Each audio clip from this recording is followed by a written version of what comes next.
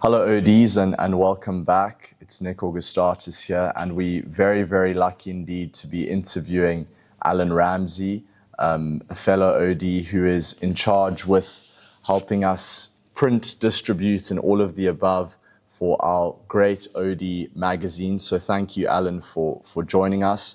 And you matriculated in? A long time back, 1960. And you were in Founders? I was in Founders, lucky to be in Founders. But Alan, I just want to speak very quickly before we get into the nitty-gritty of the magazine. your family goes way back in magazines, publishing, all of that, right? Yeah, that's right. My grandfather started the magazine business a long time ago. I got into it. I spent 50 years in the business, but we had such wonderful magazines, which made it so interesting. Special interest magazines, a little bit like the Old Diocesan, which in effect is a special interest magazine. We had Car and Getaway, Wine Magazine, Complete Golfer, lots of special interests, and a lot of focus on people as well as the things you could do. But just like this Bishop's magazine, which really it's a people magazine. People are of interest to people, very high readership as evidenced by the success of Time magazine. And of course, Tim Richmond as editor and in effect publisher has done an amazing job over the last few years. Absolutely. We've got a very good team, pretty well all ODs. We've got Paula Caradoc-Davies selling the advertising, and she's very much a Bishop's family, married to her husband is an OD, her father's an OD. We've got Tim as an OD. We've got now Andy on board to drive it from the OD office side. Of course, he's an OD. Just a good team. I know your team works very well, and as you said, we're very lucky to have someone with such experience helping us. And it's as evidenced by the magazine. It's obviously a top-tier product. I was saying to you that this is not a Mickey Mouse product, and we're very lucky to have it, and very much thanks to Tim Richmond's efforts, as you said, as the editor and publisher.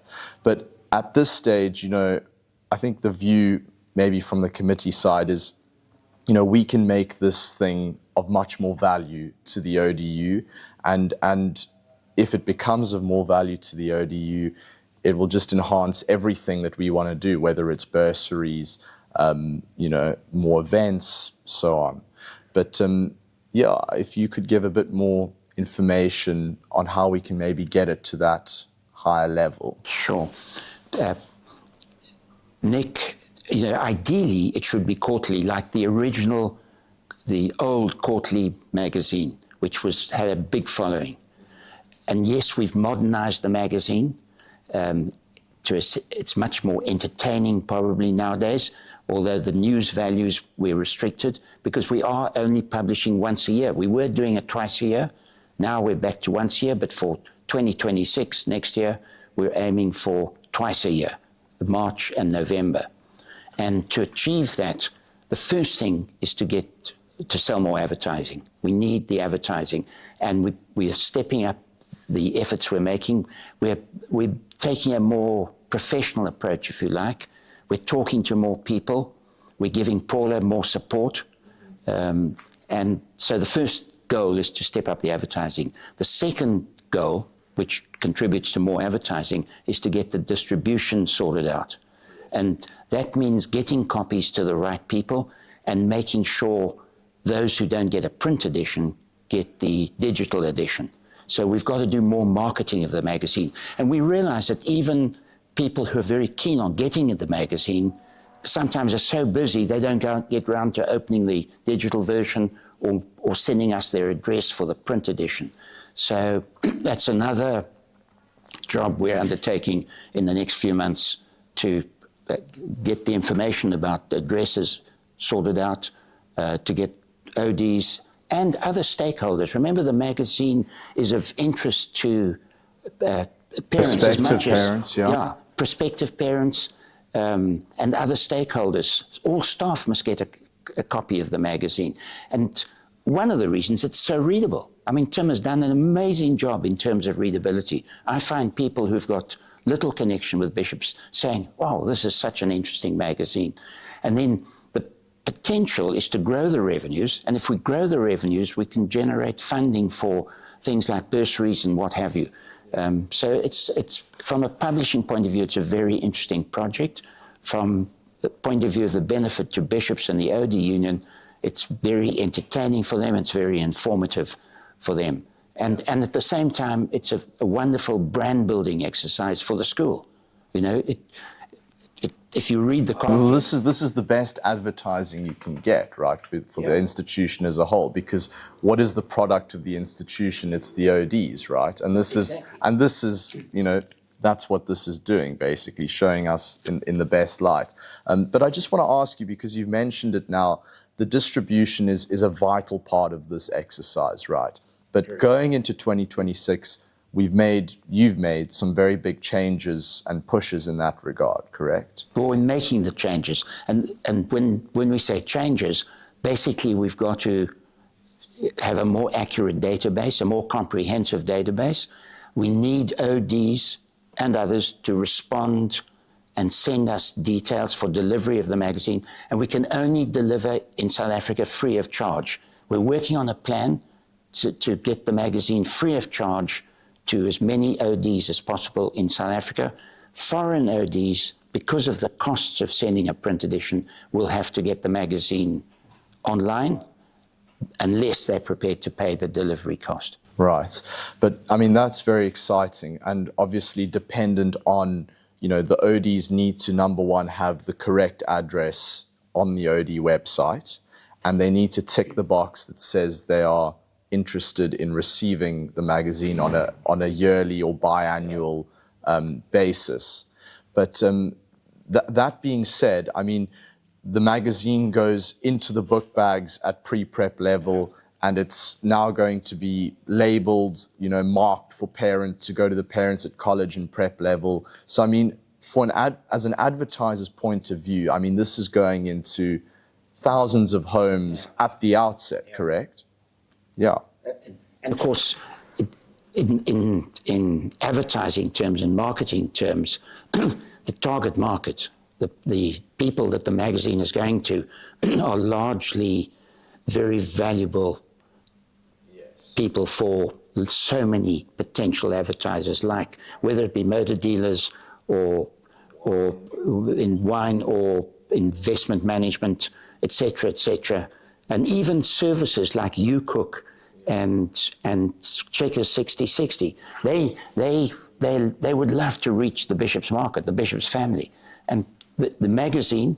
And what we need to introduce is advertising or promotions on our website and in our newsletters. And one must remember that with special interest media like this magazine, the advertising tends to be as interesting for the reader as the editorial content. Right. Because you're getting advertisers who are meeting the needs of the readers. So the readers correspondingly going to respond positively. Yes, exactly. And that makes a lot of sense, that, you know, you're not just going to let any product necessarily be advertised. It'll make sense within the broader idea of the magazine, right? So, and I think all this lends to is a more professional sort of exercise on our part. But, you know, from the ODC's perspective, you know, the magazine won't just be this yearly burden, so to speak. It can actually be something that lends to what we do. And as we said, if we take it from it not being a cost break-even, you know, situation and actually bringing us revenue in, we're able to do more work, particularly on the philanthropic side. You know, there's a direct correlation there. I mean, you mentioned that, right? So, yeah, I mean, if you want to say anything on that. No, and of course, the other thing is we put out a questionnaire recently to ODs, and the information we get back, or who sends the information, is totally confidential. But we need that information. We need ODs to complete that questionnaire and return it, email it back to us, so that we know, or so that the advertisers know who they're talking to. They need to know something, the demographics of the readership. And we would encourage ODs to do that. And it's a situation that I said to you, that it's a sort of help us help you. you know, if the ODs, if members of the bishops' community, you know, really take it upon themselves to make sure their address is there, you know, tick the box and say we're interested in receiving it, that data makes our lives a lot easier also in terms of selling advertisers. You know, if we can say this is definitely going to this many people, it's easier for us to get the advertising. So, I mean, I think it's very exciting that we have this renewed push and that it's going to be biannual by the looks of things from next year. So, in a perfect world, quarterly, which would be a big challenge. well, we can get it there. But I want to ask, when will the next edition be out? Next edition is always March in advance of Founders Day. Okay. And then we're aiming for November as well, which will be, if you like, an end-of-year update on what's happening. But it's all about the people. It's all about the ODs and obviously information about the school. There's stories about the school. Last year there was some very interesting interviews with the guys, the matrics, who did so well. And then it's an update from Tony Reeler on what's happened at the school or is happening at the school. Really very, very interesting for people who are interested in bishops. And there's always a good old Dr. Murray history segment, and you know, it's so varied and diverse in what it offers. So, you know, we would encourage ODs to tick that box, parents to have a read through it, and then when they finish, give it over to the grandparents, you know, whatever it is. It's, as you said, you don't have to directly be involved in the institution to enjoy what's in this magazine. Exactly. And that's thanks to the publishers and the editors and yourself. So we're looking forward to the magazine going to potentially new heights. And I want to thank you, Alan, for making the time to do this interview and giving the ODs and the bishops community a much better insight into how it is that we do this. And I can tell you, it's not an easy exercise to complete yearly. It takes a lot of work and a big push, and we're looking to get it to new heights. So thank you very much, Alan. And also with huge credit to Tim Richmond and Paula Caradoc Davies. Thank you very much for listening.